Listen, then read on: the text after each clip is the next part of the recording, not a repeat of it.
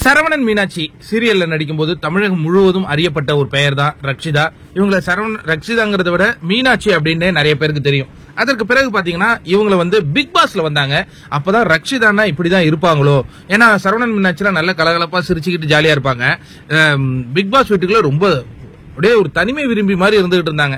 அப்புறம் அவங்க சொல்லிட்டாங்க அது மீனாட்சி கேரக்டர், இதுதானே ரக்ஷிதா அப்படிங்கிற மாதிரி சொன்னாங்க. இவங்க வந்து இறுதி போட்டி வரையும் செல்வார்கள் அப்படின்னு எதிர்பார்க்கப்பட்ட ஒரு கண்டஸ்டன்ஸா இருந்தாங்க. பட் பாதிலேயே வெளியே வந்துட்டாங்க. பாதிலேன்னு சொல்ல முடியாது, ஒரு 80 நாட்களுக்கு மேல இருந்தாங்கன்னு வச்சுங்களேன். இப்ப இவங்க என்ன பண்ணிட்டு இருக்காங்க அப்படின்னு பாத்தீங்கன்னா, இவங்களும் ஒரு கார் வாங்கினாங்க, ஏதோ ஒண்ணு பண்ணிட்டு இருந்தாங்க. திடீர்னு பாத்தீங்கன்னா இப்போ ஒரு சினிமாவில கமிட் ஆயிருக்காங்க. அந்த சினிமா பற்றிய ஒரு நிகழ்வுல தான் பேசுறாங்க. இந்த படம் வந்து ஒரு ஹாரர் திரைப்படமா.